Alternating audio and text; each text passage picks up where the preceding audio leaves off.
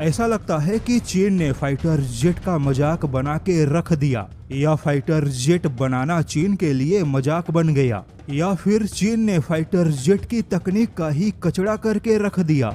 जी हाँ, चीन के फाइटर जेट को लेकर खबर ही इतनी खतरनाक है जिसने पूरी दुनिया का दिमाग घुमा के रख दिया। जैसे चीनी कंपनियां हर महीने बाजार में एक नया मोबाइल लॉन्च करती हैं, ठीक वैसे ही चीन हर साल एक नया फाइटर जेट लॉन्च कर रहा है।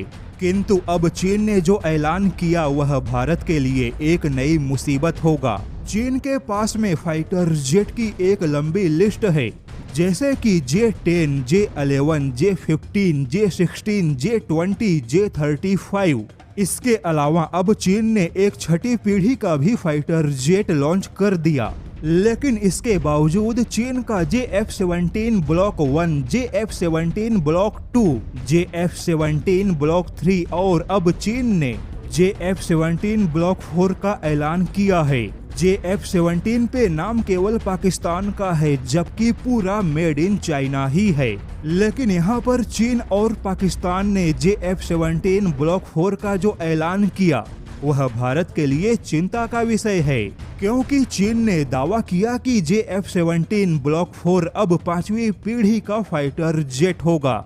वहीं चीन के मुताबिक JF-17 ब्लॉक 4 में इंटरनल वेपन बे यानी कि IWB होगा।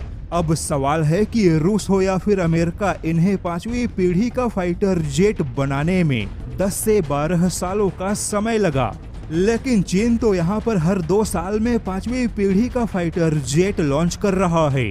अब सवाल है कि क्या सच में चीन 5वीं पीढ़ी का फाइटर जेट बनाने के मामले में इतना आगे निकल गया, या चीन ने 5वीं पीढ़ी के फाइटर जेट की तकनीक का ही कचड़ा कर दिया। हालांकि अब यहाँ पर चीन के JF-17 ब्लॉक 4 के 5वीं पीढ़ी का फाइटर जेट होने के दावे ने भारत के तेजस MK2 पर दबाव बढ़ा दिया, क्योंकि चाइना, पाकिस्तान, तुर्की, साउथ कोरिया यह सारे देश अब 5वीं पीढ़ी की बात कर रहे हैं।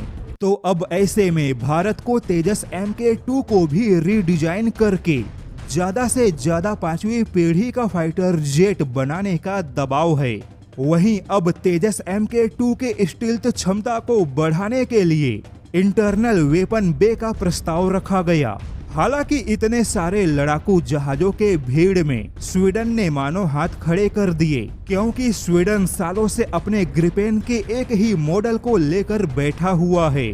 फाइटर जेट बनाने वाले लगभग सभी देशों के पास में कई सारे फाइटर जेट की परियोजनाएं मौजूद हैं, किंतु स्वीडन के पास में 5वीं पीढ़ी के नाम पर कुछ भी नहीं है। स्वीडन केवल अपने ग्रिपेन के व्यापार को ही बचाने में लगा हुआ है, लेकिन वहीं चीन फाइटर जेट के मॉडल पे मॉडल लॉन्च करके दुनिया पर मनोवैज्ञानिक दबाव बना रहा है।